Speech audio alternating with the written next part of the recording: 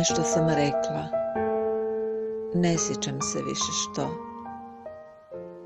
Ona je prasnula u smijeh, kamenje se počelo kotrljati niz liticu, a podnožje je bilo beskrajno daleko, negdje pri kraju snaga. Svi su okrenuli glave, mislili su valjda da smo lude, što li? Možda smo i bile.